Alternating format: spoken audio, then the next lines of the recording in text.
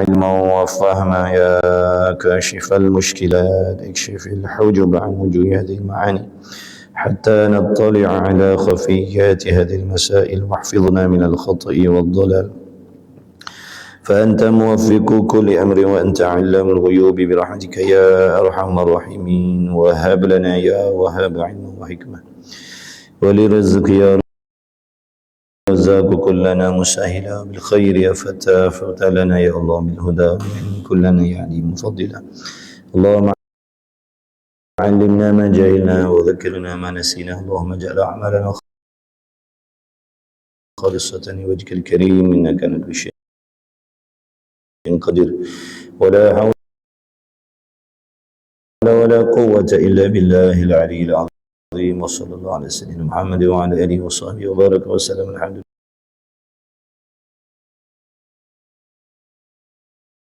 لله رب العالمين أما بعد السلام عليكم ورحمة الله وبركاته.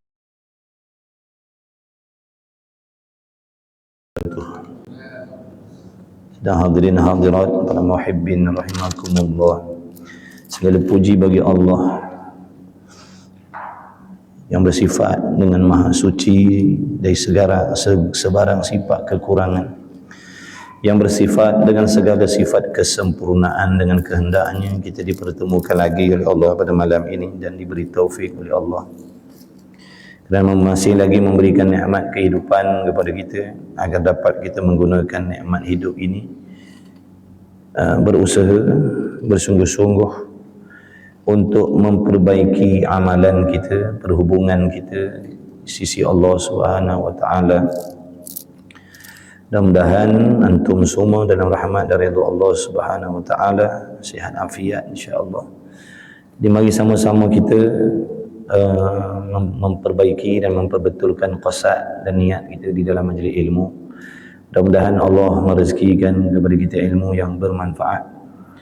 Mudah-mudahan Allah memberikan kepada kita taufik menjaga, memelihara hati kita daripada terdapat sifat-sifat yang dibenci oleh Allah yang menjadi asbab amalan kita ini ditolak, tidak diterima oleh Allah Subhanahu wa taala. Amin ya rabbal alamin.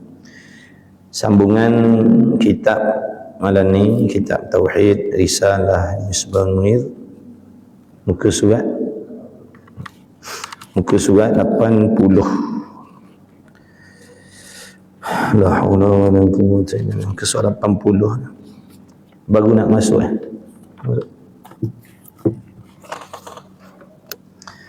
Baik, a'udzubillahi minasyaitonir rajim. Bismillahirrahmanirrahim. Qala al-muallif rahimahullah ta'ala wa nafa'ana wa iyyakum bi'ulumihi wa bi'ulumi masyayikhina fid daraini amin ya rabbal alamin.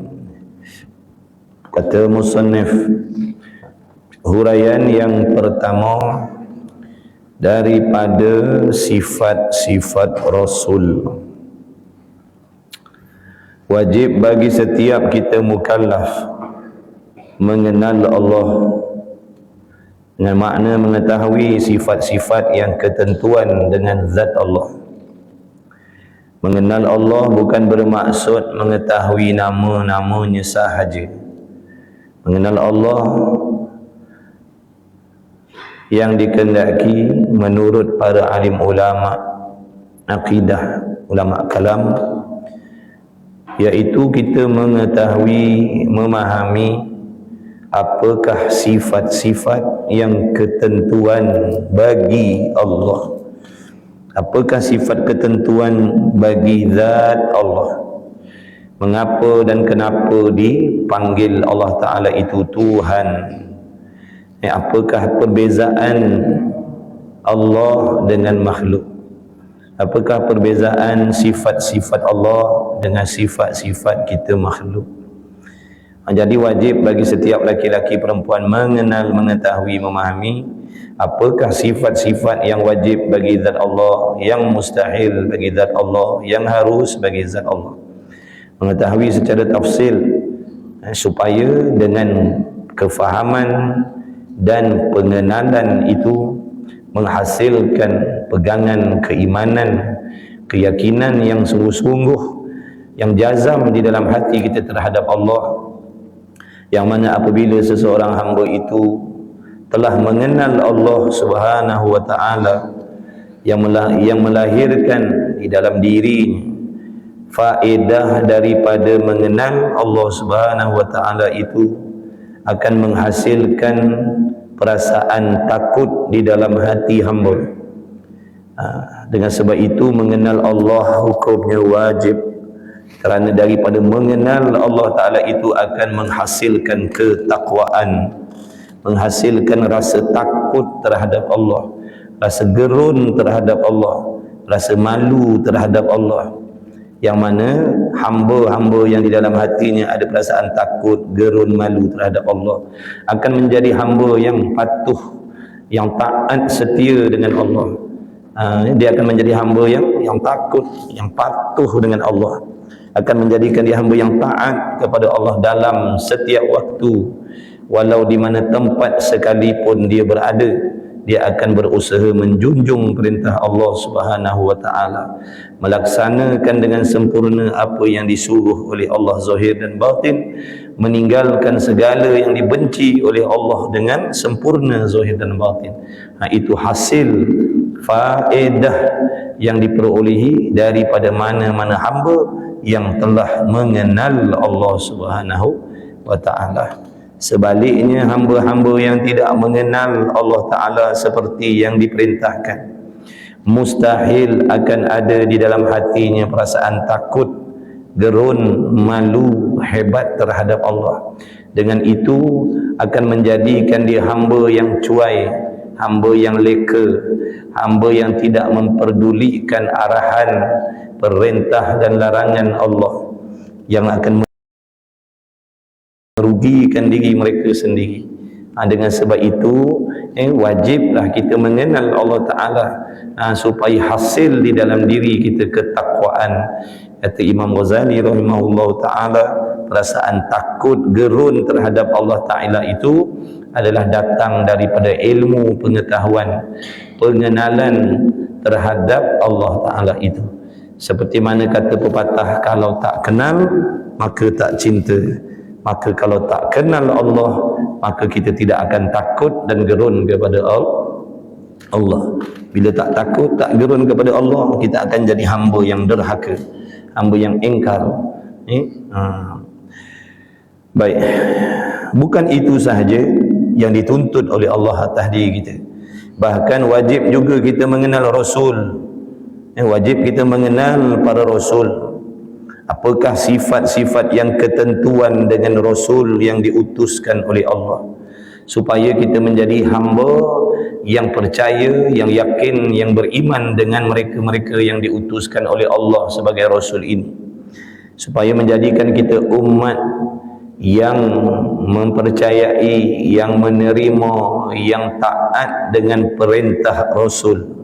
Apabila seseorang itu mengenal Rasul, yakin bahawasanya Rasul itu memiliki sifat-sifat yang tertentu, mereka akan yakin, mereka akan percaya, mereka akan menerima apa sahaja suruhan, larangan ataupun berita, cerita yang dikhabarkan oleh pesuruh Allah Ta'ala tadi, yang menjadikan mereka hamba yang bersungguh-sungguh untuk melaksanakan ibadat kerana pegangan dan kepercayaannya terhadap apa yang dikhabarkan oleh Rasul sallallahu alaihi wa alihi wasallam.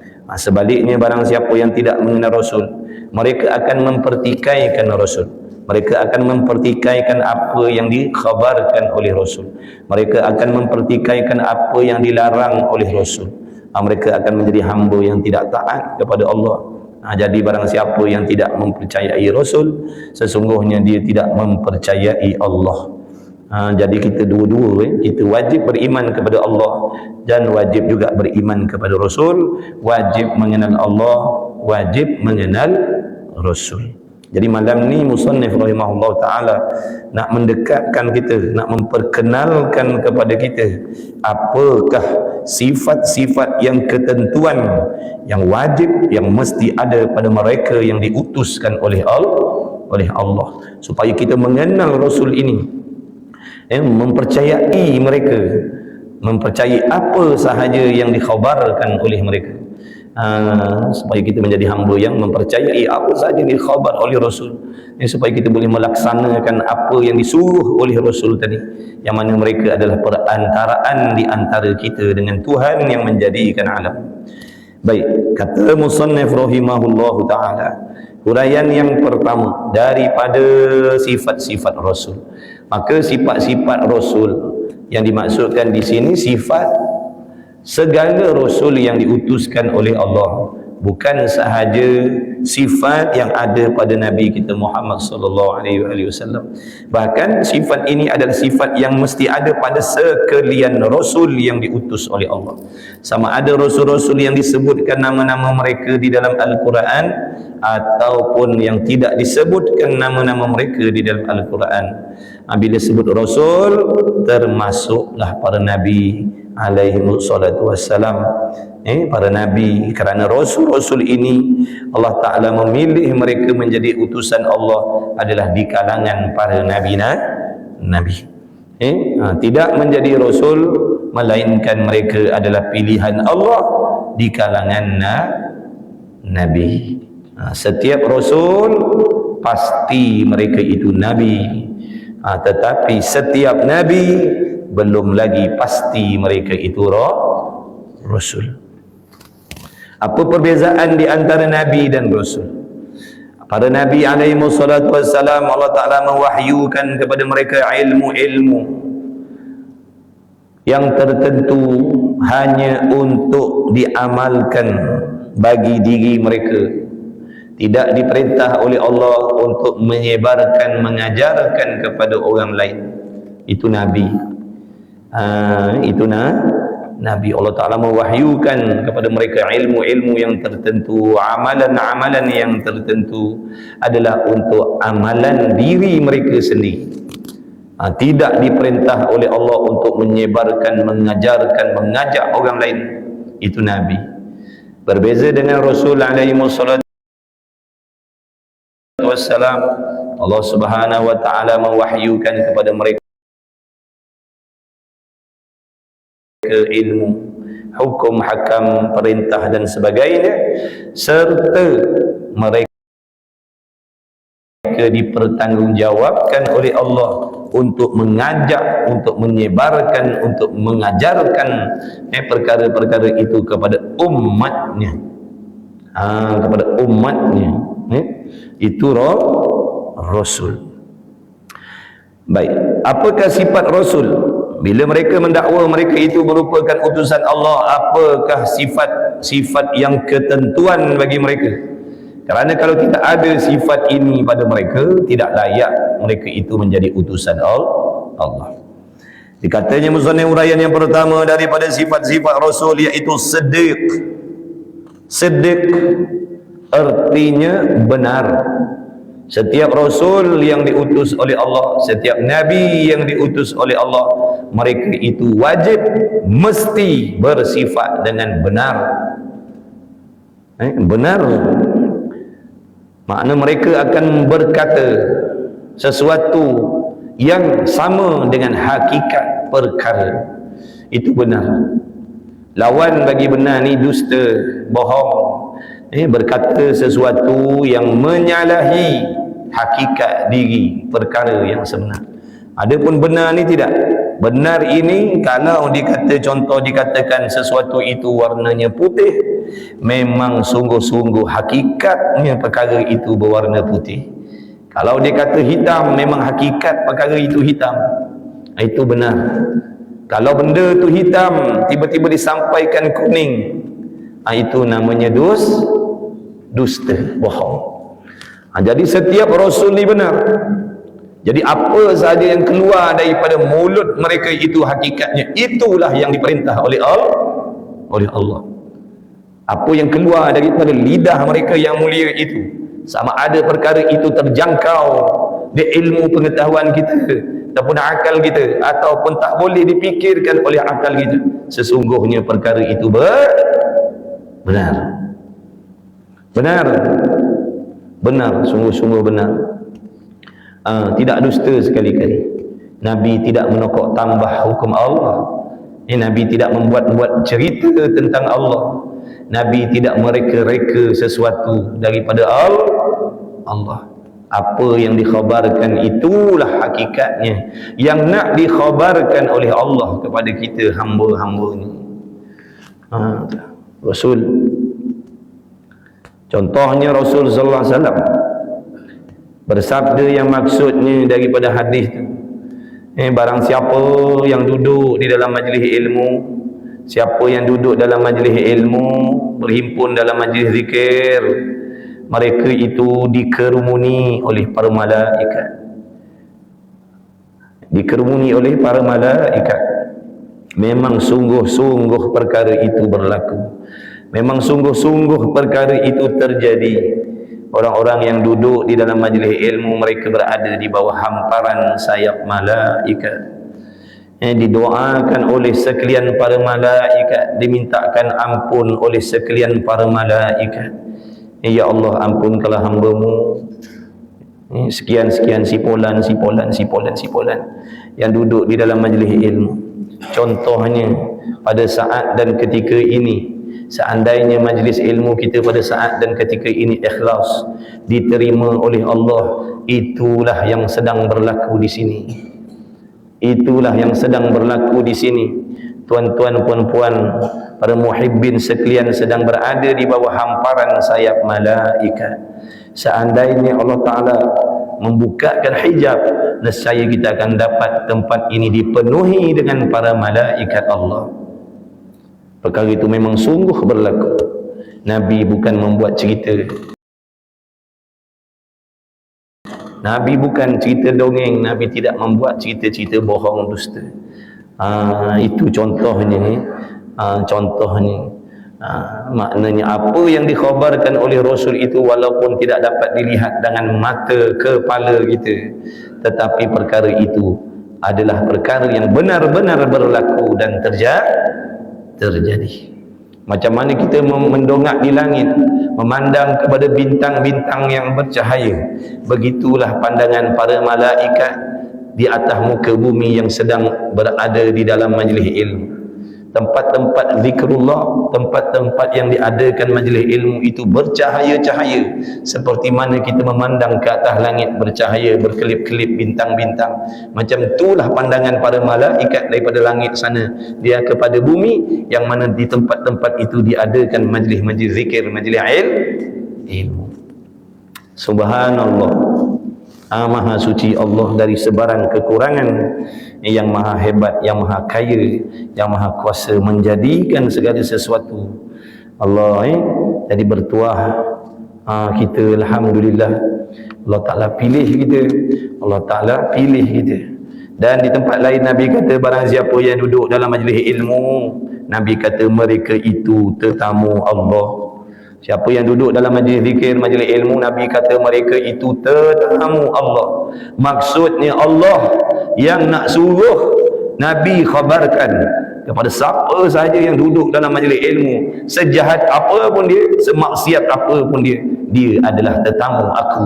Dia adalah tetamu Allah. Sejahat apa pun dia, semaksiat apa pun dia, bila dia duduk dalam majlis ilmu, dia adalah tetamu yang dipilih oleh Allah Subhanahu Wa Taala, yang mana Allah Taala nak menghidangkan kepada mereka, Allah Taala nak memberi kepada mereka, Allah nak menjamu mereka dengan keampunan, dengan rahmat, dengan redha, dengan keampunan, dengan ilmu yang bermanfaat, dengan hidayah, dengan petunjuk. Sebab itu kita sangat-sangat berterima kasih, bersyukur kepada Allah. Terima kasih. Sejahat-jahat, seleka-leka, segila-gilanya kita dengan dunia ini, masih lagi Allah pandang, masih lagi Allah pilih kita. Masih lagi Allah pilih kita menjadi tetamu Alhamdulillah, syukur. Mudah-mudahan nikmat ini Allah Ta'ala panjangkan, Allah Ta'ala kekalkan sampai nyawa kita diambil oleh Allah. Amin ya Rabb. Amin ya Rabbal Alamin. Wajib pada syariat tiap-tiap mukallaf mengetahui, wajib mukallaf mengetahui serta mengaku di dalam hatinya. Mengaku di sini dengan makna yakin sungguh-sungguh, dengan tentu sungguh bahawa Rasul Allah Ta'ala itu siddiq, artinya benar. Tidak bohong mereka itu. Tidak bohong mereka itu pada perkataan.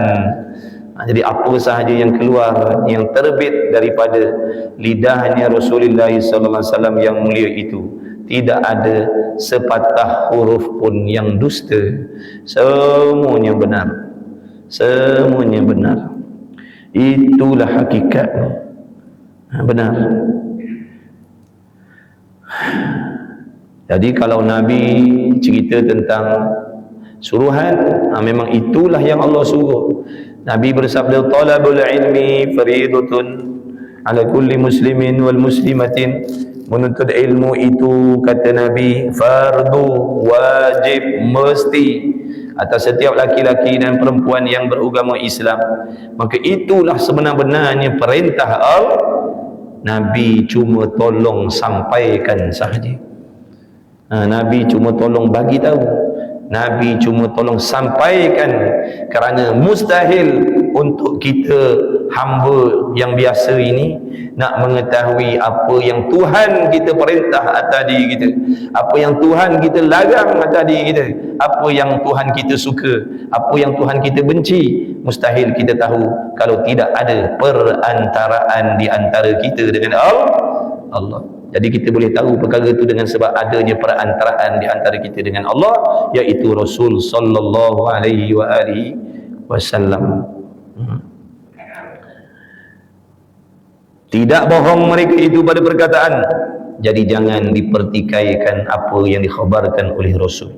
Jangan dipertikaikan, jangan diragu, jangan dipertikai, jangan dipermain-mainkan, jangan dipersenda-sendakan. Kerana barang siapa yang mempertikaikan perkataan Rasul, mereka mempertikaikan Allah. Siapa yang mempermain-mainkan, mempersendakan apa yang dikhabar oleh Rasul, mereka mempermain-mainkan Allah. Siapa yang mengejek-ngejek apa yang dikhabarkan oleh Rasul, mereka mengejek-ngejek Allah. Siapa yang merendah-rendahkan apa yang Rasul khabarkan, sebenarnya mereka merendah-rendahkan Allah. Hati-hatilah, berhati-hatilah. Dan pada perbuatan, jadi kalau Nabi suruh, itulah yang Allah suruh. Kalau Nabi larang, itulah yang dilarang oleh Allah. Dan pada perbuatan mereka itu, apa yang mereka itu kerjakan, tindak tanduk gerak geri mereka, seluruh anggota mereka dalam keadaan yang betul, dalam keadaan yang benar. Itu Rasul. Perbuatan mereka benar, tingkah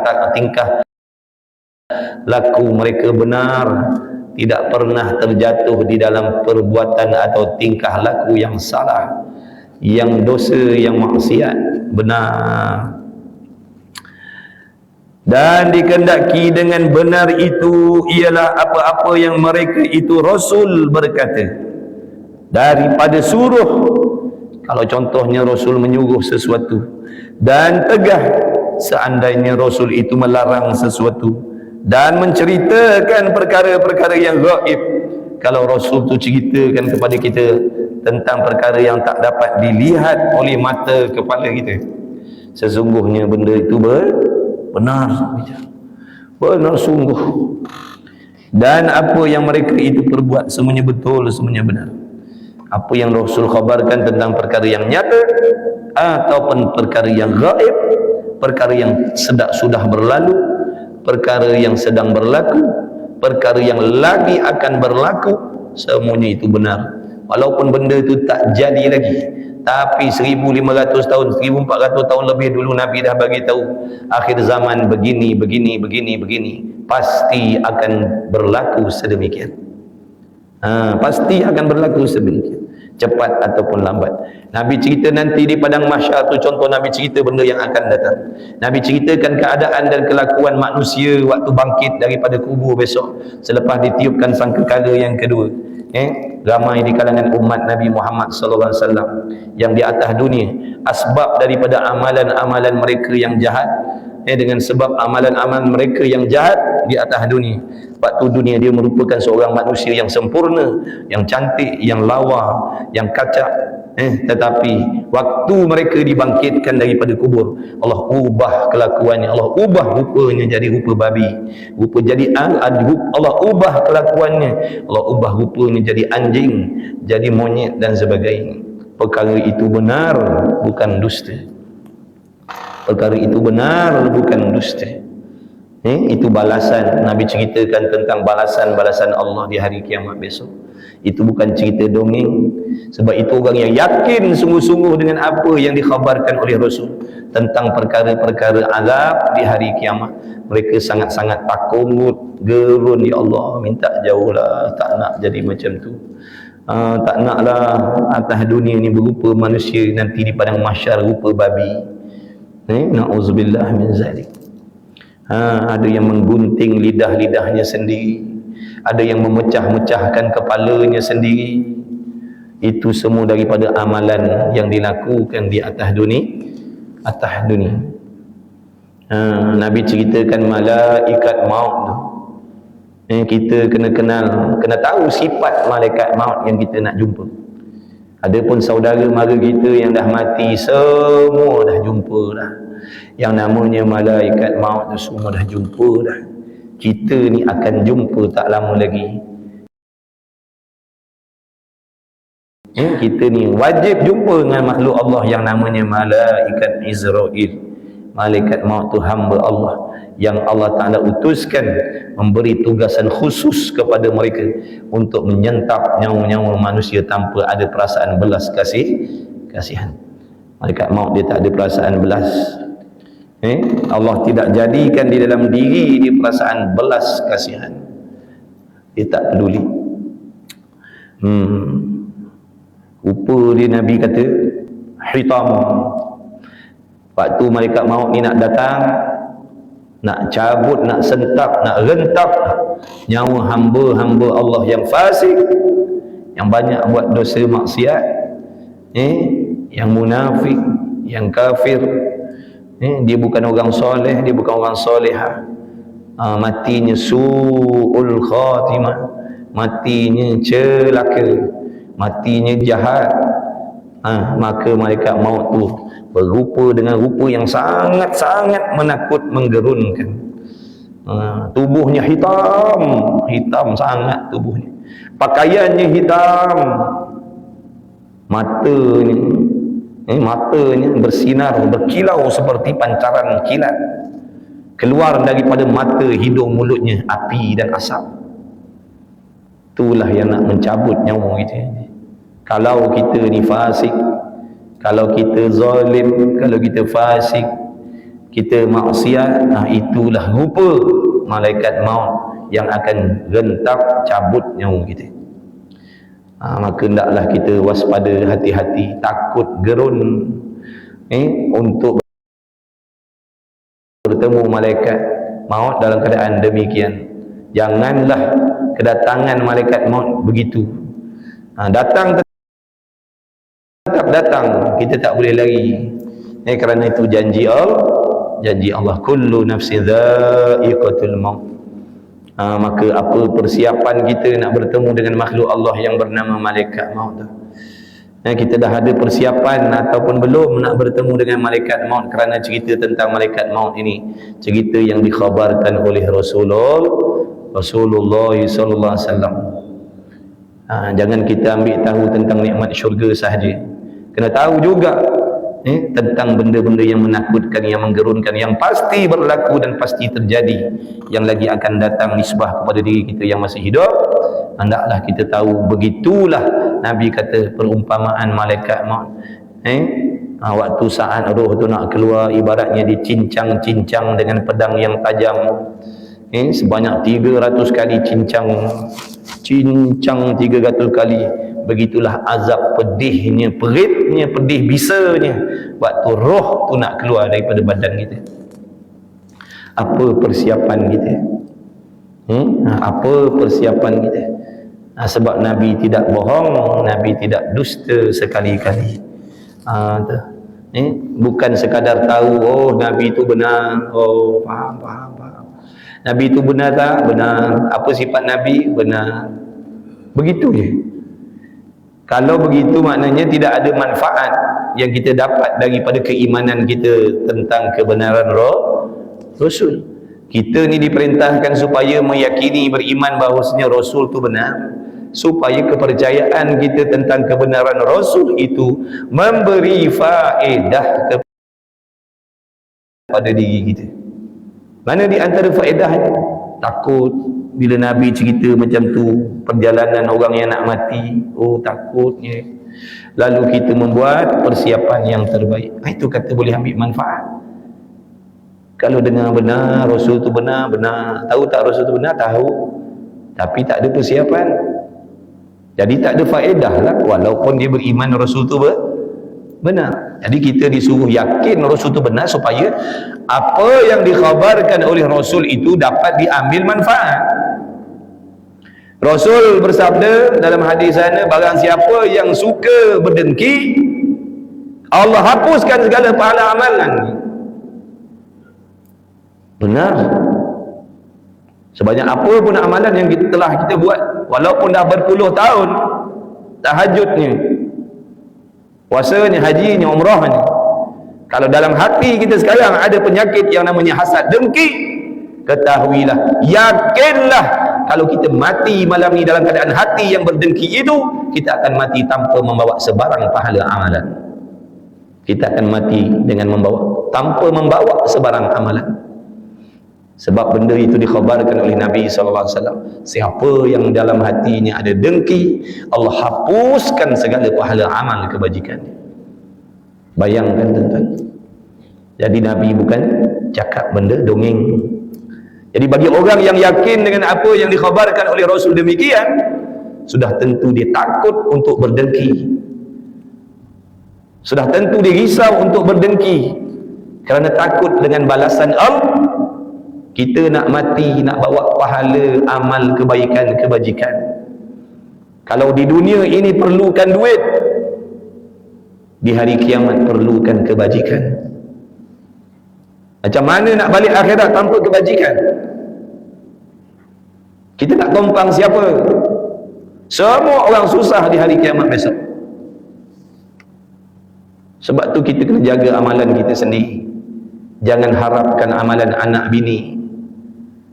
Kita kena jaga amalan kita sendiri. Kita kena beramal, menuntut ilmu, beramal dan jaga pahala amalan, supaya kita tidak menjadi golongan yang tidak bijak dalam mencari ganjaran. Penat buat pagi petang siang malam beribadat, melabur pelbagai modal, umur, waktu, kepenatan dan sebagainya, tapi kita sendiri yang merobohkan pahala amalan itu. Alangkah bodohnya kita. Alangkah bodohnya kita kalau demikian, berpenat-penat membina bangunan setinggi-tingginya, kemudian kita sendiri yang merobohkan. Kemudian besok buat lagi, beribadat lagi, kemudian kita robohkan balik. Begitulah kelakuan kita hamba yang bodoh ni. Mengulang-ulang perbuatan yang sama, yang akhirnya mati tanpa membawa pahala kebajikan. Itu sebab beriman, kena wajib beriman dengan Rasul, supaya kita takut. Aku tak nak jadi orang berdengki. Aku tak nak jadi orang yang suka mengumpat.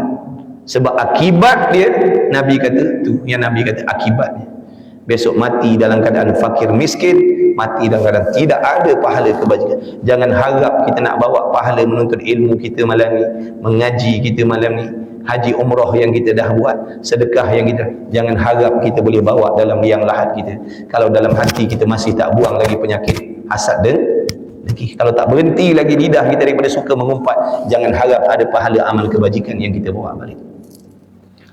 Sebab tu amalan ni bukan benda seronok. Amalan ni bukan benda seronok-seronok dah. Dia ada undang-undang dan peraturan. Jadi apa yang Rasul cerita, yang Rasul suruh, yang Rasul tegas, semuanya tu betul. Orang yang beriman dia akan dapat mengambil manfaat daripada apa yang dikhabarkan oleh Rasul sallallahu alaihi wasallam. Kalau Rasul ceritakan tentang amalan baik, dia akan usaha buat. Kalau Rasul ceritakan tentang larangan, dia akan usaha jauhkan benda itu. Itu tanda-tanda orang yang dapat mengambil faedah daripada keimanan mereka terhadap kebenaran Rasul sallallahu alaihi wasallam. Sebaliknya orang yang tak dapat mengambil manfaat, walaupun perkara itu sampai pada diri mereka, tapi tidak memberikan apa-apa perubahan pada diri mereka. Yang berdengki tetap berdengki, yang mengumpat tetap mengumpat, walaupun dia tahu Nabi dah cakap begini. Dia tak dapat ambil manfaat. Na'udzubillah. Kemudian katanya Musanna lagi, maka wajib kita. Semuanya makna apa yang Nabi suruh, yang Nabi tegah, yang Nabi ceritakan, semuanya itu membetuli dengan diri perkara. Apa maksud membetuli dengan diri perkara? Mudah bahasa kita, itulah hakikatnya. Kita akan rasakan sendiri, kita akan tengok dengan mata kita sendiri apa yang Nabi dah cakap waktu hidup kita dunia ni. Nanti kita akan tengok betul-betul benda tu jadi depan mata kita. Itu maksudnya. Memang perkara tu begitu. Nabi kata dalam kubur tu ada azab, nanti berselisih tulang rusuk kita dihimpit oleh bumi. Maka orang yang celaka akan rasa benda tu. Kalau kita ni hidup dunia ni duduk dalam golongan yang celaka tadi tu, fasik, maksiat, itulah nanti akan dihimpit oleh bumi, berselisih tulang rusuk kita. Tak ada orang boleh tolong kita. Sebab tu yang nak tolong kita amal soleh, yang nak teman kita amal soleh, yang nak bantu kita dalam kubur besok amal soleh. Amal soleh yang betul dilakukan dan pandai dipelihara, yang boleh teman kita masuk dalam liang lahat. Bukan amal soleh seperti yang saya sebutkan tadi, buat sebanyak-banyaknya kemudian kita yang robohkan di sini. Itu bukan, tuan-tuan. Macam mana amal soleh tu nak teman kita dalam liang lahat, sedangkan atas dunia dah dipadam oleh Allah. Maka baliklah kita dalam keadaan muflis, tak ada bekal, tak ada orang tolong. Fikir, renung, sebab benda tu bukan khayalan. Fikir, renung, apa aku nak jadi. Sembahyang habis pahala, sembahyang habis pahala, mengaji habis pahala, sedekah sini sedekah sana habis pahala. Sebab dek lidah aku sendiri, sebab dek hati aku sendiri. Sampai bila aku nak jadi hamba yang macam ni? Kalau andai kata aku mati esok lusa dalam keadaan aku tak berubah lagi, memang celakalah akhirat aku. Jaga baik-baik, tuan-tuan. Dia pakat-pakat. Ingat sama-sama. Sebab sama-sama kita ni semua akan dihimpunkan nanti di padang mahsyar. Hidup kita bukan di sini saja. Kita akan dihidupkan kembali nanti kali yang kedua untuk menerima balasan segala perbuatan kita yang zahir dan yang batin. Sebab tu sudah berhentilah, cukuplah berhasad, dengki, mengumpat. Janganlah. Kalau kita tak berhenti daripada sekarang, habislah kita. Celaka yang sangat dahsyat tunggu kita dalam kubur. Pernah, memang orang kata kita orang baik, nampak selalu ke masjid,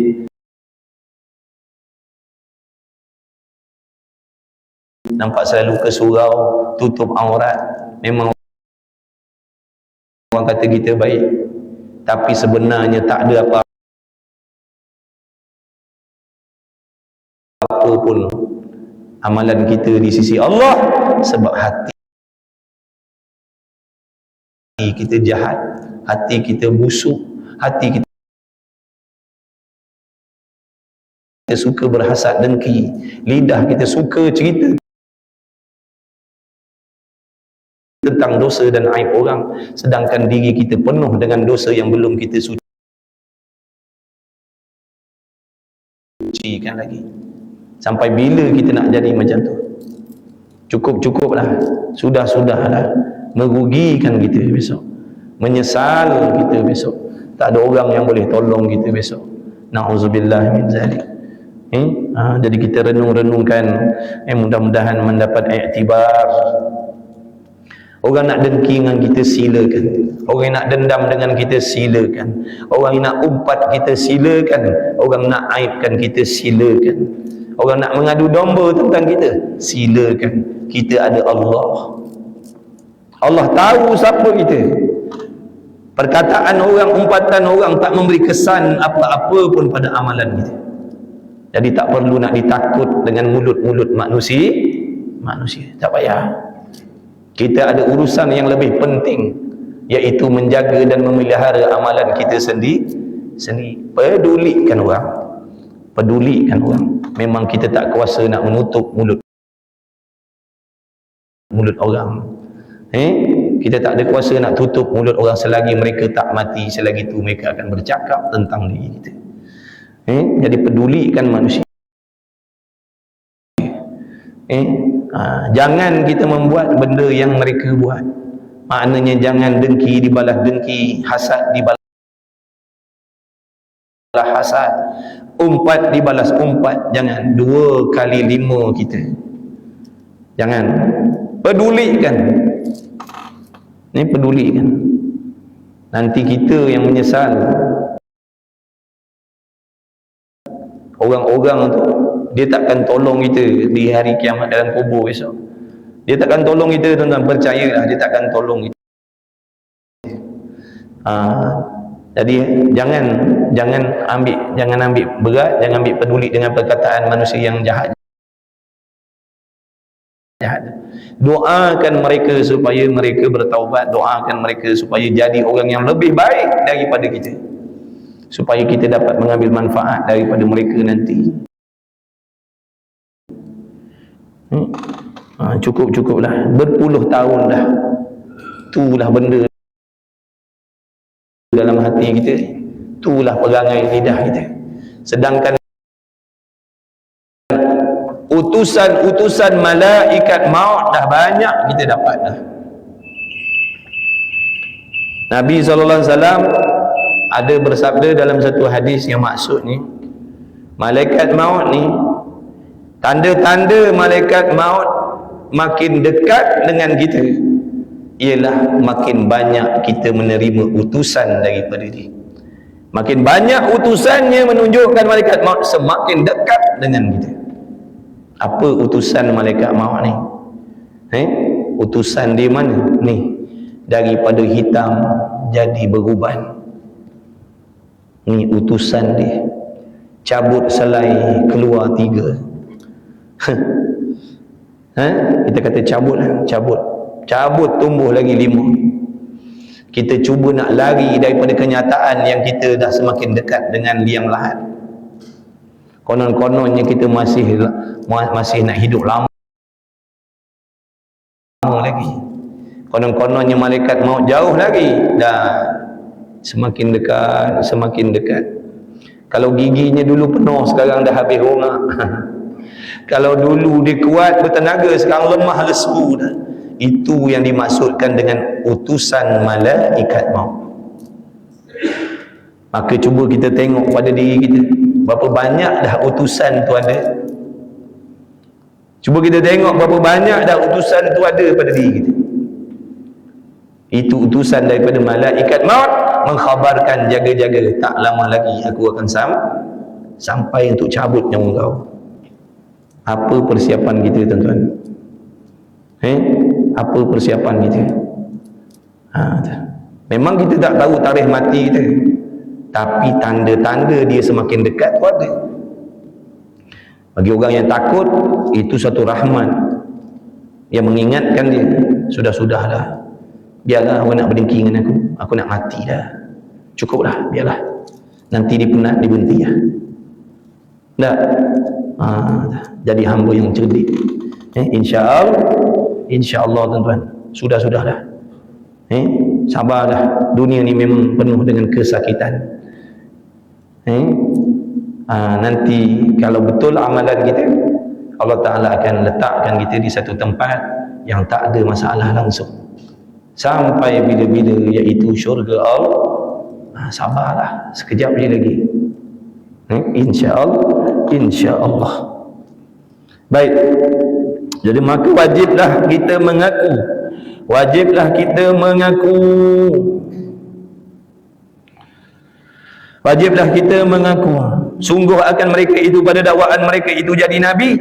Jadi bila kita dah tahu Rasul itu tidak dusta, maka apabila Rasul-Rasul itu mengaku, dia kata, ada Rasulullah, aku adalah utusan daripada Allah, maka wajiblah kita menyungguhkan perkataan itu. Sesungguhnya mereka tidak bila mereka mengaku aku Rasul, aku utusan, memang benar-benar mereka itu utusan Allah. Dan tiap-tiap perkara yang menyampaikan mereka itu kepada kita daripada Allah Ta'ala, tidak dusta mereka itu sama sekali. Nabi kata orang yang sabar dengan bala dinaikkan darjatnya 300 pangkat di sisi Allah. Siapa yang sabar dengan kesusahan, dengan masalah dalam kehidupan, Allah naikkan darjatnya 900 pangkat di sisi Allah. Siapa yang sabar untuk menurut perintah Allah, dinaikkan 300 darjat di sisi Allah. Siapa yang bersabar menahan dirinya daripada membuat benda maksiat, dinaikkan 600 darjat di sisi Allah. Siapa yang bersabar dengan bala, 900 darjat. Cuba tuan-tuan bayangkan, kalau tuan-tuan dapat bersabar dalam 3 hal ni, waktu Allah suruh kita buat dengan sabar. Sebab nak buat apa yang Allah suruh perlukan kesabar. Ni duduk dalam majlis ilmu ni, mustahil kita boleh hadir di sini kalau hati kita tidak sabar. Kerana nafsu kita sentiasa nak lari daripada apa yang diperintah oleh Allah. Maka sabar menahan nafsu yang tak nak mengaji, yang malas sembahyang, lalu pergi sembahyang, pergi mengaji. Allah naikkan 300 darjat di sisi Allah. Memang sungguh-sungguh ada pangkat darjat ni sisi Allah, bukan cakap kosong, tuan-tuan. Kalau macam manusia kita kata tu saudara kita tu dah naik pangkat datuk, kita percaya. Kawan kita dah dapat datuk, dah naik pangkat, percaya kita.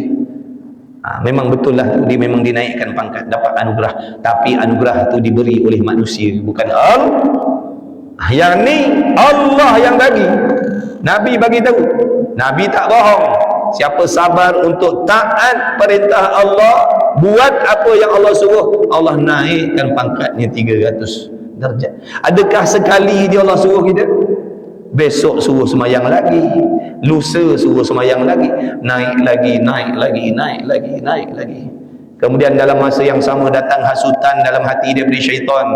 Dia sabar menahan bisikan syaitan yang nak ajak dia berdengki, yang nak ajak dia mengumpat, yang nak mengajak dia jadi batu api neraka, menceritakan hal-hal orang, melaga-lagakan orang. Dia sabar, dia tahan lidahnya. Maka Allah naikkan 600 darjat. Kemudian dalam masa yang sama diuji pula oleh Allah dengan sakit.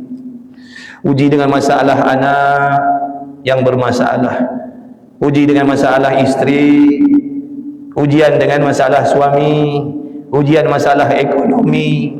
Dia sabar, sangka baik dengan Allah, ini pasti ada hikmah. Naik 600 darjat. Agak-agak macam mana kedudukannya di sisi Allah, tuan-tuan? Agak-agak macam mana orang ni kedudukannya di sisi Allah? Sebab tu ada orang yang menjadi kekasih Allah bukan dengan sebab qiyamul lail dia, tapi dengan sebab sabar dia. Jadi wali Allah, jadi waliullah bukan sebab tahajud dia, tapi sebab sabar dia yang sangat tinggi. Nampak tak? Itu hikmah Allah memberi, menjadikan pelbagai jenis kesusahan atas dunia supaya kita mengumpul kesabaran ni sebanyak-banyaknya, supaya kita dapat naik darjat yang tinggi, setinggi-tingginya di sisi Allah. Maka mudahlah urusannya nanti di hari kiamat apabila mereka mendapat kedudukan yang istimewa di sisi Allah. Macam atas dunia ni, orang yang ada tinggi pangkat atas dunia, bukankah mudah urusan dunia dia? Pada adatnya betul. Orang yang ada pangkat jawatan atas dunia mudah ke tidak urusan dia? Mudah. Kita nak cari makan payah. Kita tak ada pangkat jawatan, tapi orang yang ada pangkat jawatan mudah cari makan. Tak payah keluar gelap-gelap bawa pisau getah duk sodok pangkal pokok, tak payah. Pegang pen sebatang je sign 20 juta masuk dalam akaun. Sungguh ke tidak? Sungguh ke tidak? Sebab ada pangkat. Begitulah orang yang ada pangkat di sisi Allah besok. Allah mudahkan urusan kiamat dia. Orang lain bersesak-sesak, bersusah-susah, duduk dalam azab di padang mahsyar, dia diteduhkan oleh Allah di tempat yang istimewa redupnya. Sebab dia ada kedudukan yang istimewa di sisi Allah. Bila dia dapat tu? Waktu dunia dulu dia bersungguh berusaha. Itu balasannya. Orang lain tenggelam dalam peluh, dalam keringat, dia tidak. Orang lain dibangkitkan dengan ahli maksiat fasik, dia dibangkitkan dengan di sisi para nabi, rasul, aulia illah. Orang lain timbangan amalannya ringan, dia timbangan amalnya berat. Orang lain bertelanjang bogeh dah, dia diberi pakaian yang khusus oleh Allah. Orang lain berpuluh ribu tahun nak menyelesaikan titian sirat, dia tak sampai beberapa waktu sampai ke pintu syurga. Dia pula diberi oleh Allah peluang, selamatkan siapa yang kamu nak selamatkan hari ini. Fulan bin Fulan, kau nak selamatkan siapa hari ini? Selamatkanlah, sebab kau ada kedudukan yang istimewa di sisi Allah. Inilah dia. Untuk mendapat pangkat jawatan yang tinggi di sisi Allah, inilah dia. Dunia inilah tempat kita nak usaha, bukan selepas mati besok dah.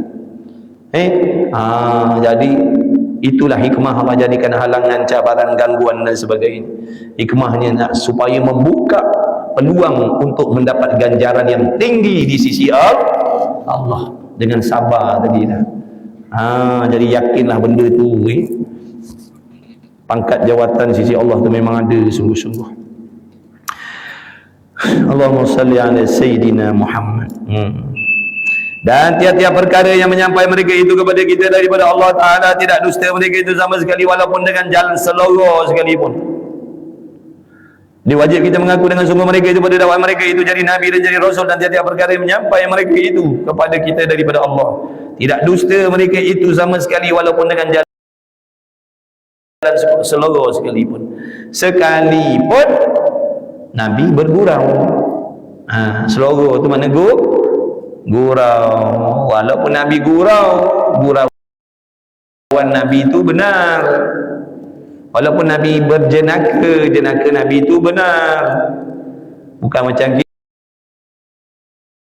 kita bila sebut berlawak nanti kan jadi bohong. Reka-reka cerita.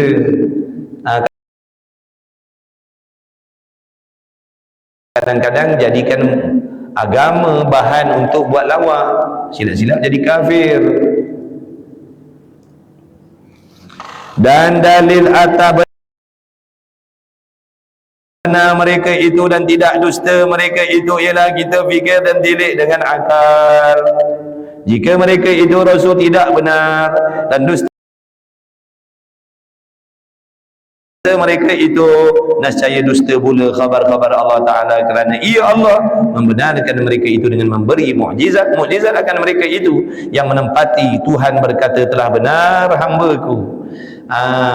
Jadi kalau seandainya para Rasul itu bohong, maka menjadikan khabar Allah Ta'ala juga jadi bohong. Sebab Allah yang membenarkan mereka, Allah membenarkan Rasul. Contoh, kalau Rasul itu bohong, kalau Rasul tidak benar, kalau Rasul itu bohong, menjadikan Allah pun berbohong. Sebab Allah membenarkan Rasul, Allah mengatakan Rasul itu benar. Kalau Rasul bohong, kalau Rasul itu pendusta, pembohong, tiba-tiba Allah mengatakan mereka itu benar, maka bohong ke tidak Allah? Allah pun jadi bohong, kerana Allah membenarkan orang yang bohong. Faham tak? Sebab itu akal kita tak boleh terima. Kalau nak mengatakan Rasul itu dusta, akal tak boleh terima. Sebab Allah membenarkan mereka dengan Allah memberikan mereka mukjizat. Dengan Allah memberikan mereka mukjizat tu, jadi dengan adanya mukjizat tu seolah-olah pengiktirafan, pengakuan daripada Allah yang menunjukkan mereka ini rasul-rasul ini adalah hamba-Nya yang benar. Dengan makna kalau seandainya para rasul itu berbohong, berdusta, mereka tidak akan diberi mukjizat oleh Allah. Macam sekarang lah tauliah. Orang-orang yang diberi tauliah itu adalah orang yang telah dibenarkan oleh Jabatan Agama Islam. Jabatan Agama Islam tak cakap telah benarlah orang-orang ni menyampaikan agama, dah. Jabatan Agama Islam tak cakap macam tu. Dia tak keluarkan pun kenyataan macam tu. Dia bagi tauliah. Jadi dengan adanya tauliah tu, ibaratnya macam Tok Qadhi, Tok Mufti kata orang ni benar menyampaikan agama. Seolah-olah macam tu. Tapi Tok Mufti, Qadhi tak pernah cakap macam tu. Takut kalau besok tuan-tuan jumpa di kat pasar ke, Tok Mufti nak tanya, kat kampung Gelam tu ada orang budak tu mengajar situ, dia kata ada tauliah. Dulu Tok Mufti ada cakap dengan dia benar menyampaikan agama kan? Tak ada, dia tak cakap. Tapi dengan adanya tauliah tu ibaratnya macam Tok Qadhi tu cakap orang ni benarlah menyampaikan agama, orang ni sampaikan agama yang betul, itu ibaratnya. Tapi dalam bab tauliah ni tak boleh percaya tuan-tuan. Ramai yang membohong. Waktu nak mengambil tauliah berlakon seperti orang ahli sunnah wal jamaah. Bila dah dapat tauliah menyebarkan pahaman Wahabiyah. Ada yang macam tu. Jadi hati-hati. Ini dah, ini benar semuanya. Iaitu dengan Allah Ta'ala mengurniakan mukjizat kepada mereka. Dan dusta mukjizat yang menempati firman Allah Ta'ala itu mustahil. Kita nak kata cerita pasal mukjizat ni bohong, mustahil. Kita nak kata mana ada mukjizat, bohong, mana pula, memang betul-betul lah ada mukjizat. Dalam Quran sudah sebut, dalam hadis pun ada sebut tentang mukjizat, kerana dilihat sebenar berlaku mukjizat mereka itu pada orang yang bersamaan dengan mereka itu. Mana orang-orang yang hidup pada zaman itu sendiri menyaksikan dengan mata kepala mereka berlakunya perkara yang menyalahi hukum adat, yang mencarikan adat kebiasaan yang berlaku di sisi para rasul. Itulah buktinya mereka itu benar. Kalau begitu tetaplah di hati kita, tetaplah di hati kita ni akan benar mereka itu dan tidak dusta sama sekali. Jadi jangan sekali-kali mempertikaikan kebenaran rasul. Wajib yakin sungguh-sungguh dengan apa yang dikhabarkan. Mudah-mudahan dengan keyakinan kita itu menjadi pemangkin untuk kita menjadi hamba yang dekat dengan Allah. Mudah-mudahan dengan kita yakin sungguh-sungguh apa yang Nabi sampaikan tu. Contoh, kalau Nabi kata tentang benda ni baik, kalau buat begini Allah sayang, Allah redha, Allah kasih, menjadikan kita orang semangat nak buat benda tu. Kalau Nabi larang jangan buat begini, kalau buat begini nanti amalannya dihancurkan oleh Allah, dihapuskan oleh Allah, dibenci oleh Allah, dilaknat oleh Allah. Maka dengan peringatan tu, dengan sebab kita percaya dengan peringatan dan amaran daripada Rasul tu, kita berusaha untuk menjauhkan diri. Aku tak nak. Sebab Rasul dah bagi tahu kalau aku buat begini Allah laknat aku tak mau. Aku tak nak dilaknat oleh Allah, aku tak nak. Begitu, mudah-mudahan. Allahumma amin ya rabbal alamin. Cukuplah sekadar itu. Mudah-mudahan Allah memberikan kepada kita ilmu yang bermanfaat, kerana Allah yang memberi manfaat, Allah yang memberi faham. Usaha ikhtiar kita tidak boleh memberi sesuatu. Jadi terima kasih ya Allah kerana memilih kita selalu duduk dalam majlis ilmu.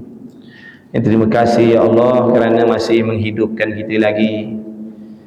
Alangkah besar celakanya kalau petang tadi nyawa kita diambil oleh Allah dalam keadaan kita tak ada persiapan, hati kita kotor, amalan kita banyak yang rosak. Alangkah celakanya kita kalau mati petang tadi dalam keadaan tak sempat nak baiki diri kita. Sebab itu bila Allah bagi kita peluang hidup, ini suatu rahmat yang sangat besar, kasih sayang Allah atas diri kita. Allah tidak kehendak kita mati dalam celaka, maka Allah hidupkan kita lagi, Allah panjangkan lagi usia kita supaya gunakan saki baki umur kita yang tinggal ini memperbaiki perhubungan kita dengan Allah, perbaiki hubungan kita dengan Allah, baiki hati kita, bersihkan segala penyakit-penyakit hati. Jangan ada hasad, dengki, ujub, riya, takabur, cintakan dunia. Kalau ada, bertaubat kepada Allah cepat-cepat, sungguh-sungguh. Jangan ada manusia yang belum lagi kita maafkan. Maafkan semua manusia dan serahkan urusan mereka kepada Allah. Cukuplah, kita tak nak ada hubung kait dengan makhluk yang lain nanti di padang mahsyar. Sebab di situ sangat-sangat susah, tuan-tuan. Jadi biarlah dunia ni tak apa. Sabar tu memang pahit, sabar tu memang perit, sabar tu memang pahit, tapi siapa yang sanggup menelan sabar ni, dia akan dapat kemenangan, kejayaan yang sebenar-benarnya nanti di hari kiamat. Sabar tu pahit. Macam tuan-tuan biasa makan ubat, pahit, tapi sanggup makan. Ada yang suka makan ubat yang pahit kerana dia tahu asbab menelan ubat yang pahit itu, dia boleh jalan dengan selesa. Betul tidak? Pahit tapi suka makan. Kenapa suka makan benda pahit? Sedangkan benda pahit ni benda yang tidak disukai oleh nafsu, betul tak? Tapi memandangkan asbab menelan kepahitan ni nanti, aku boleh berjalan macam biasa, aku boleh solat macam biasa. Nampak tak? Sebab tu orang sanggup telan ubat yang pahit kerana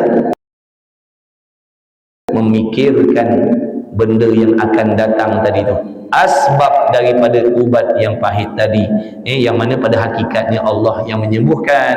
Ini kita cerita hukum adat dah. Pahit pun pahit lah, telan. Oh, besok sega dia pergi masjid, oh pergi sembahyang. Begitulah orang yang sanggup telan sabar ni tadi. Orang hina, orang keji, orang umpat, orang kata begini, orang sangka jahatnya, dia sabar, dia telan, dia tak balas dengan kejahatan.